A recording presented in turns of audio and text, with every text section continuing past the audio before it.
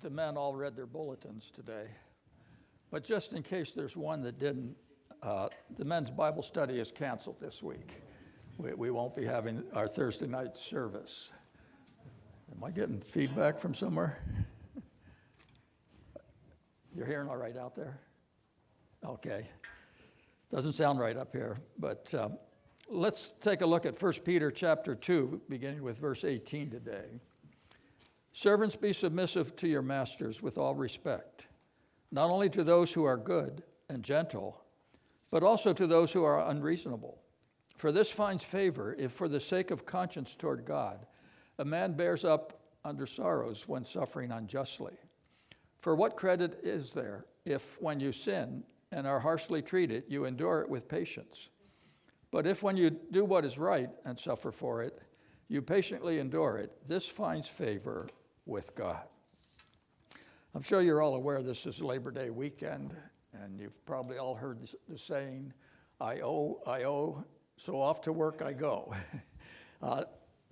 For years, that was a common expression, but I'm not sure that fits anymore, because we have so many that owe, and instead of going off to work, they go off to the government or somewhere else. But yet the work world is an important place for us today. Some places have what is known as Children's Day at work. I've never tried that in my line of work. I could just imagine when my kids were little, bringing 3 little kids to the office and trying to keep them entertained while I was trying to do my work. I don't think that would have worked very well, and I don't think they would have enjoyed it either. But the work world touches all of our lives. If we're in the workplace, at least 40 hours a week, we're probably on the job. Thought about that this week and got my calculator out. That's about 25% of the time that we have in a week is spent in the work world. So it's a significant part of our life. And I think a better idea, rather than taking our children to work and letting them see what we do, better idea is to take Jesus Christ to work with us, because that is why we are there. I realize as I say that many of you are retired. That doesn't mean that you don't have work to do. It may be part-time work. I know many that have retired have gone back and while they've slowed down, they are doing part-time work. That may include volunteer work, because if you're not spending 40 hours on the week on the job, then you have time to volunteer and to help others in some area.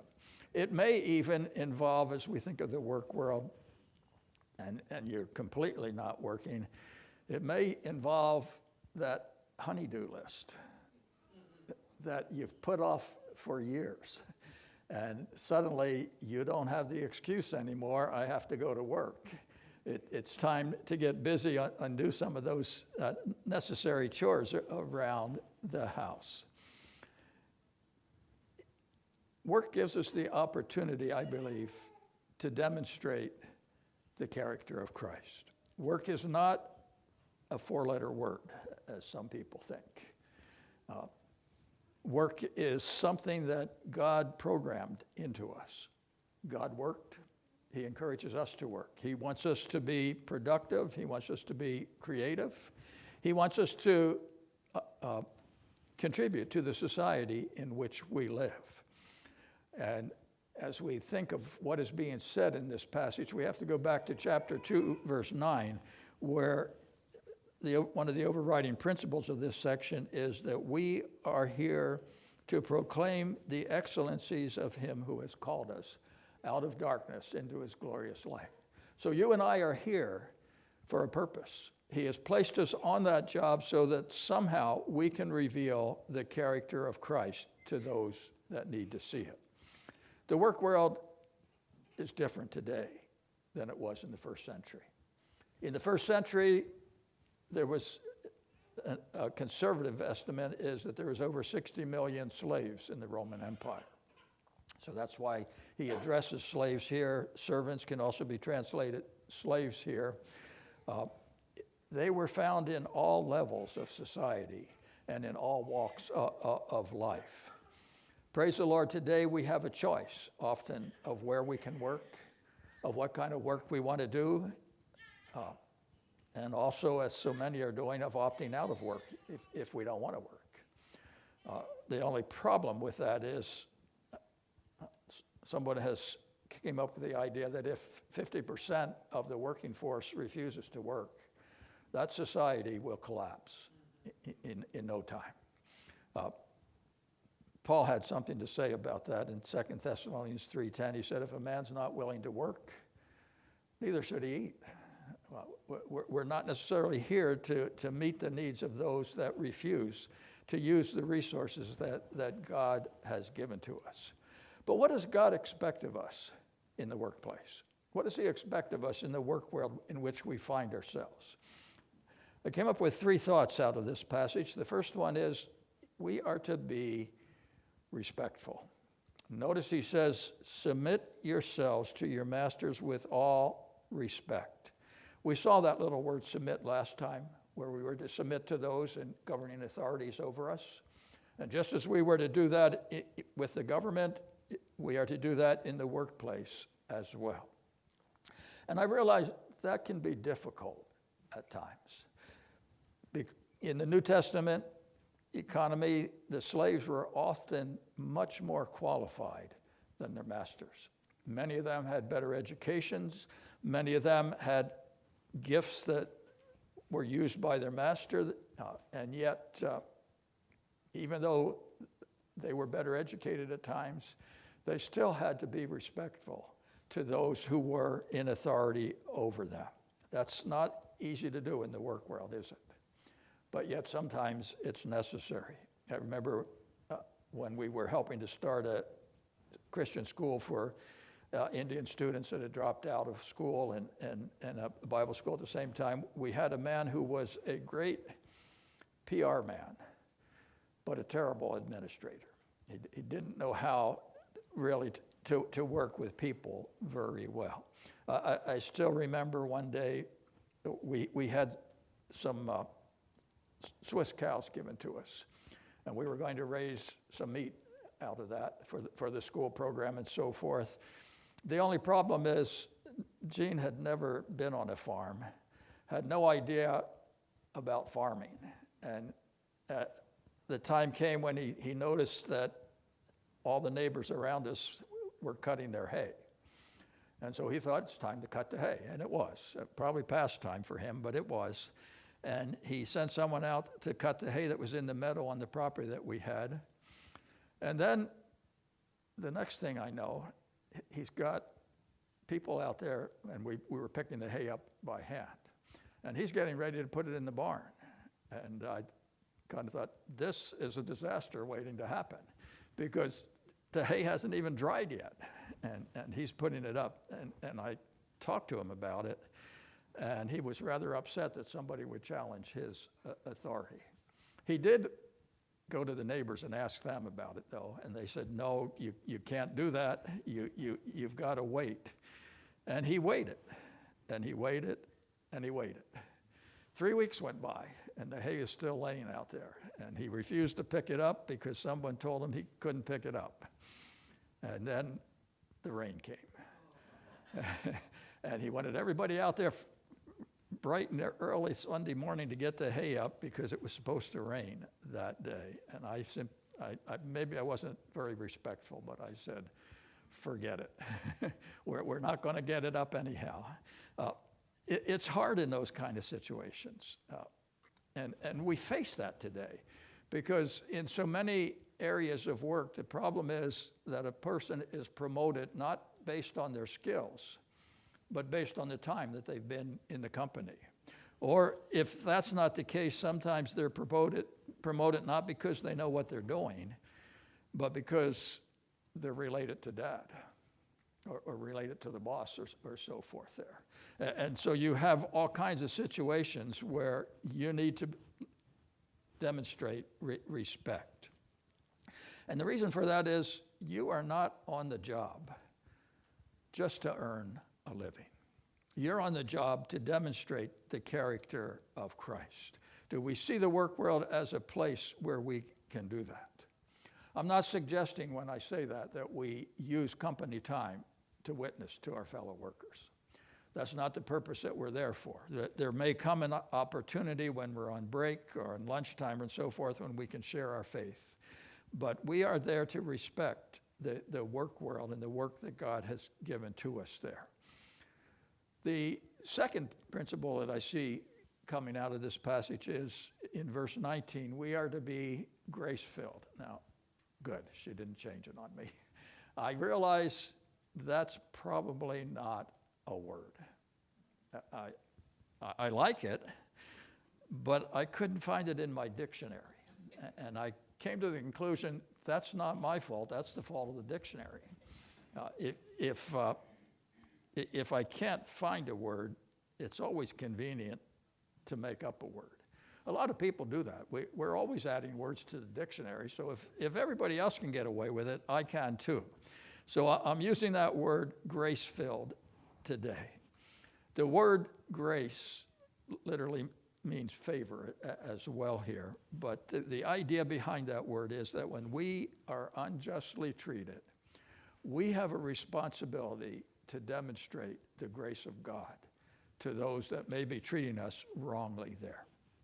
The temptation that we face in those kind of situations, I think, is found in Romans chapter 12, beginning in verse 18. It said, or go back to verse 17, never pay back evil for evil to anyone. Respect what is right in the sight of all men. If possible, as far as it depends on you, be at peace with all men.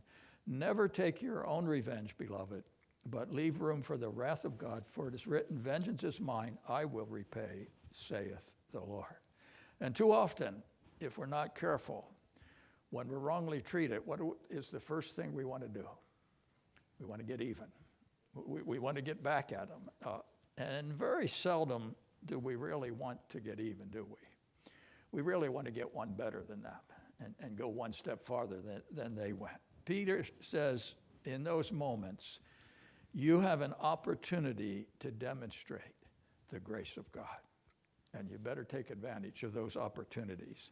For slaves, they may have been physically mistreated as well. And yet, Peter is saying, demonstrate grace in those moments. Today, we face not the physical mistreatment on the job, but maybe it's the words. Maybe it's the criticism. Maybe it's being passed over for advancement. Maybe it's even being cheated at times and wrongfully used in the job situation. These are all situations that call for a measure of God's grace, even to the point, Peter says, of suffering loss. Are we willing to suffer loss for the sake of our testimony for Jesus Christ? I wrestled with that when I was in our first church quite a few years ago. But we went to the church, and when we went, we were partially supported. It was a small Canadian Sunday school mission church. They said we can only afford to pay $400 a month. Our rent was $300 a month, so that didn't leave much over. So we did many different jobs just to keep food on the table. And Ginger took a job that first year with the Census Bureau. It was time to take the Canadian census, and she felt that was a job she could do, and she started through their training program. And guess what? There's a lot of math involved in census taking. And pretty soon she said, hey, I need help. And so I went over the material with her, told her how to do it and so forth. And the first day came for taking census, and here comes a knock on the door. It's the regional director that it was in charge of the census taking, and she said, I have a problem, and I think you can help me with it. I said, well, what's the problem? She said, well, we sent a lady out into one of the remote areas, and she just wiped out. She couldn't handle it, driving down the remote roads and so forth. And she said, we really want that area surveyed. So she said, you've helped your wife with the training. You know how to do it. If I rent you a four-wheel drive vehicle, will you go out and take the census in that area? She said, you got to go out, take a sleeping bag, be prepared to spend the night if you don't get it done, but would you do that for us?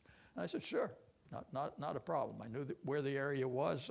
I hadn't been in some of it, but that was okay. I don't mind seeing new country. And so I went out and went down to the local service station where I picked up the four-wheel drive truck that I was supposed to take and headed out and did my job. Actually got back that evening. I didn't even have to spend the night out there. I took the truck back to the service station, and as I drive up, the attendant comes running out and says, "You had an accident with my truck. The government's going to have to pay big for this." And I said, "I didn't have any accident." He said, "Well, you must have parked it on the side of the road and somebody ran into it then." And I said, "How do you know that? Because you just came out of the office and the dent you're claiming that I had is on the other side of the truck. You can't even see it from here, and yet you know it's there." And he said, "Doesn't matter, I'm going to call your supervisor and the government's going to pay for this." And so she called me up the next day and said, what's going on? I said, "I'm sorry, but I did not have an accident, and I didn't park that truck where anybody could drive into the side of it because it was on the passenger side." She said, "Well, we'll just pay for it and let it go." I said, "You can do that if you want, but if I'm asked to testify or to write a report on it, I will not say that I had an accident. That's not right." She said, "Well, okay then, if you won't go along with it, we won't either." And they refused to settle the claim. I found out, it bothered me though. So I went back to the man because I knew who he was. He had been a partner with the former pastor whose place I had taken there. And so he knew the gospel, but he hadn't accepted it yet. And I really felt, I don't want this to hinder the process that's going on there. I went back and talked to him about it. He had already ordered the parts for it before I picked up the truck. And yet he was adamant. He was mad because I wouldn't go along with his scheme. And I said, "You know what? I will pay for the parts if you'll do the labor." I had no idea how I was going to pay for the parts, but I felt if this is one means of reaching this man for Jesus Christ, I'm willing to do it. And when I said that, he said, I can't go through with the scheme. And he dropped it at that point. But I felt in that moment I had to exercise the grace of God. We are called to be instruments of God's grace in the work world as we walk through the world in which we live. As I said, we don't suffer the physical abuse today, but words can be just as damaging, can't they? I remember when we started a Christian school in that church, one of the first students we had was a student that was supposed to be starting 4th grade, and he probably had a 2nd grade education at that point. He had been, he started kindergarten and things went fine, but when he got into 1st grade, he had a problem with dyslexia. He would change his letters around.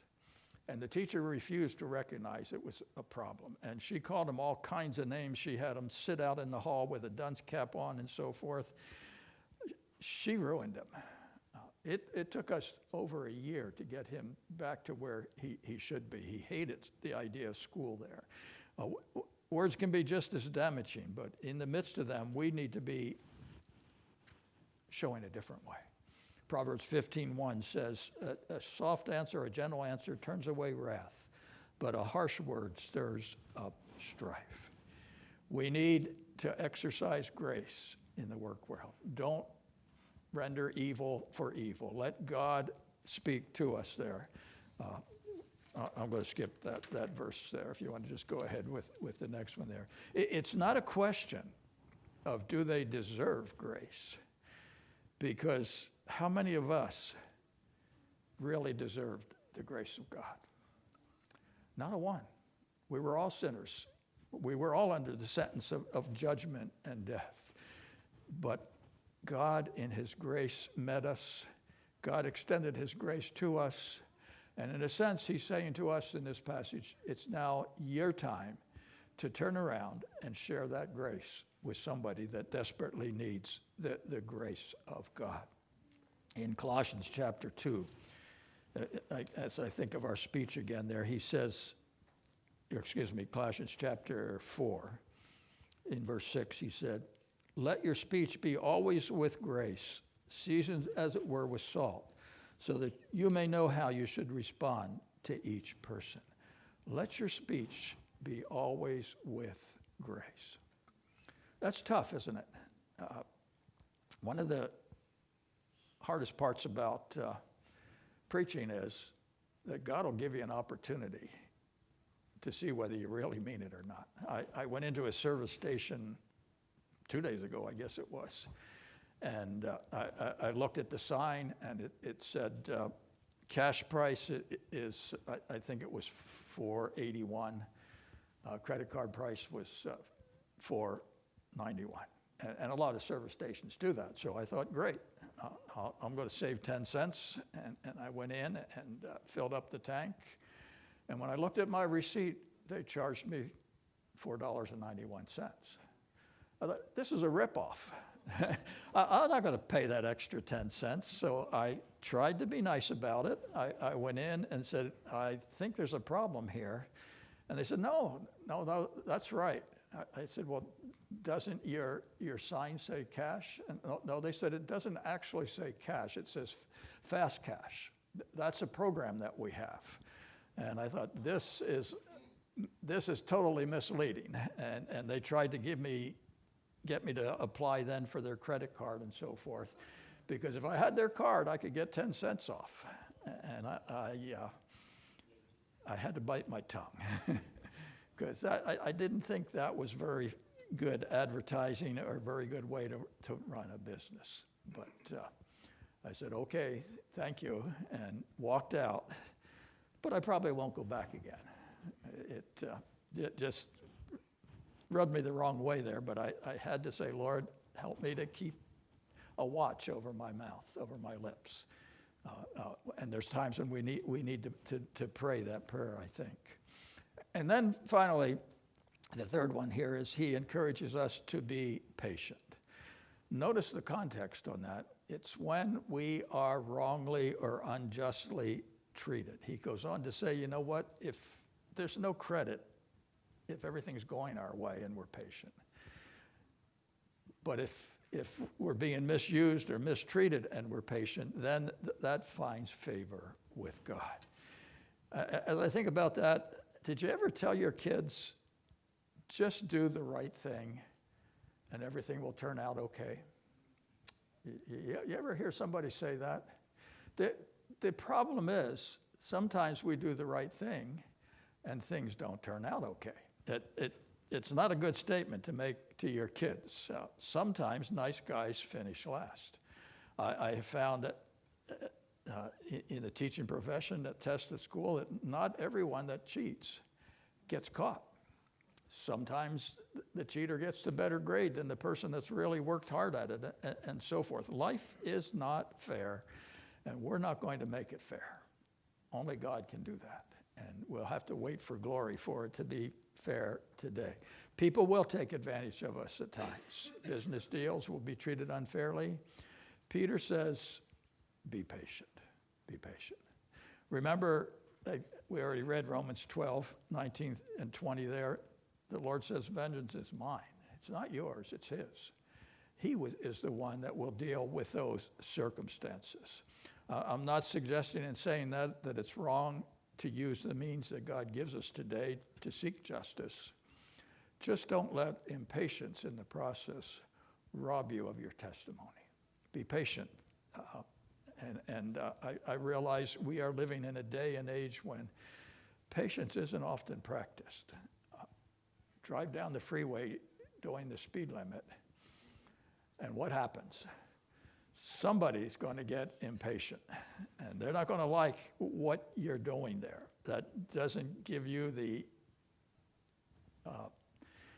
a reason to get upset with them or to try and tell them off or whatever there. I remember when I had finished my year of school at Multnomah, waiting for the the next assignment that the Lord had for us, and I needed an income, so I signed up for working at Kmart. They hired me the day after Thanksgiving, and they released me the day before Christmas, because that way they didn't have to pay holiday time. It was all planned out there.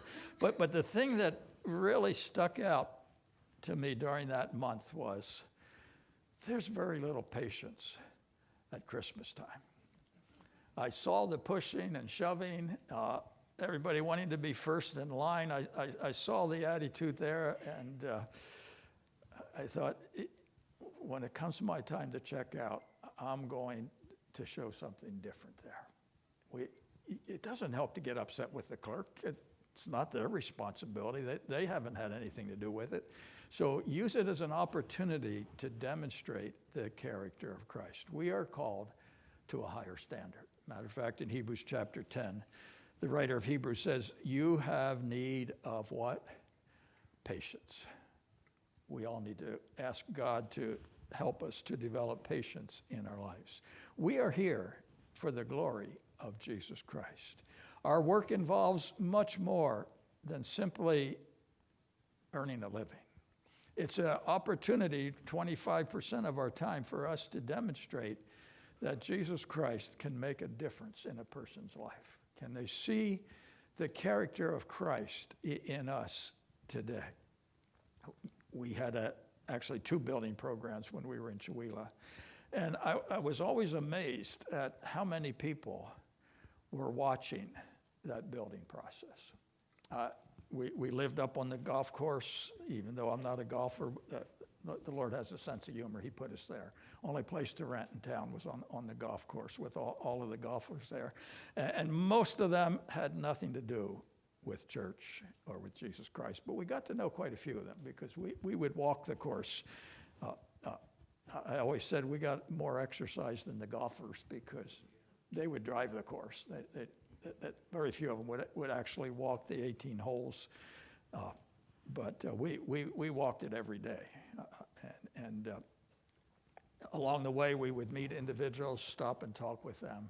It was a good opportunity to get to know a lot of people that didn't have a church contact. And it always amazed me how they were watching what was going on as we built the church. Several of them said, you know what, we drive by there and you're getting ready to start to work, and the first thing you're doing is taking a few minutes to pray. They didn't understand that. And through the building program and interacting with people, we actually watched the church begin to grow as people saw what was taking place and came and wanted to investigate farther. We had some that came to Christ as a result of that. It's amazing how God will use your time that is being spent in the work world. You may think, I'm not accomplishing much because I'm so busy I don't have time to share a testimony with the person working next to me. You are sharing a testimony by your character, by how you react in the work world, and by how you do the work. We are here today for eternal rewards. The paycheck is great and it's necessary, but I think it's more important for us when it comes to the end of our life to hear, well done, thou good and faithful servant. Enter into the joy of thy Lord. That, to me, is a greater reward than the paycheck itself. Not that I won't take the paycheck. I'm not suggesting that. But are we really in it for the glory of Jesus Christ? Paul sums up the idea in Colossians chapter 3. In verse 23, he says, whatever you do your work heartily as for the Lord rather than for men. We need to remind ourselves in the work world, we are there not for men, not just for the paycheck. We are there to serve Jesus Christ, to be an example of him today. I realize we have more options today than they did in the first century. I realize that if we feel trapped in a job that we just really don't enjoy and don't like, we have the opportunity of looking for another one. We can leave if that's the case. If we can't, then we have to conclude that God's placed us there for a reason and for a purpose. I remember Dr. Mitchell from Multnomah sharing how one of his men came to him one day and he asked Dr. Mitchell, he said, "Would you pray that the Lord will lead me to a different job?" And Dr. Mitchell said, "Well, I thought you had a good job. I thought you were well paid." He said, "I am." He said, "Well, what's the problem?" He said, "Well, you know, I'm working in a company where nobody else is a Christian." He said, "I'd like to work somewhere where there is others that I can identify with. We can pray together on the break time and so forth." And so he said, "I'd really like you to pray that God will give me another job." And Dr. Mitchell looked at him and he said, "You know what? I'm going to pray that God keeps you right where you are, because they need to see Jesus Christ. And that's why God has sent you there. We need to recognize that God has a purpose in the work and in the work world that he has placed us today. They need to see the difference that Jesus Christ can make in a person's life. I like the attitude of Martin Luther concerning work. On one occasion, he wrote these words. He said, "The maid who sweeps her kitchen is doing the will of God just as much as the monk who prays. Not because she may sing a Christian hymn as she sweeps, but because God loves clean floors. The Christian shoemaker does his Christian duty not by putting little crosses on the shoes, but by making good shoes, because God is interested in good craftsmanship." You have a responsibility, whether you're working on a job or whether you're a volunteer or whether you're doing that honey-do list, to do it in such a way that they see Jesus Christ through you, that they see Jesus Christ in your life. And so I think a good question is, are we respectful of others, especially those in authority over us? Maybe we understand the job better than they do, but that's not the important issue. The important issue is, are we showing them the respect that God wants us to? Are we grace-filled? Are we seeking to demonstrate the grace of God in each and every situation that we find ourselves in? And then, here's the tough one. On the job, are you patient? Can they see the patience of Christ? Just think for a few minutes, how patient was God with you? And then, are we willing to do the same thing if it means somebody else will come to Jesus Christ? We're called to be patient in difficult situations.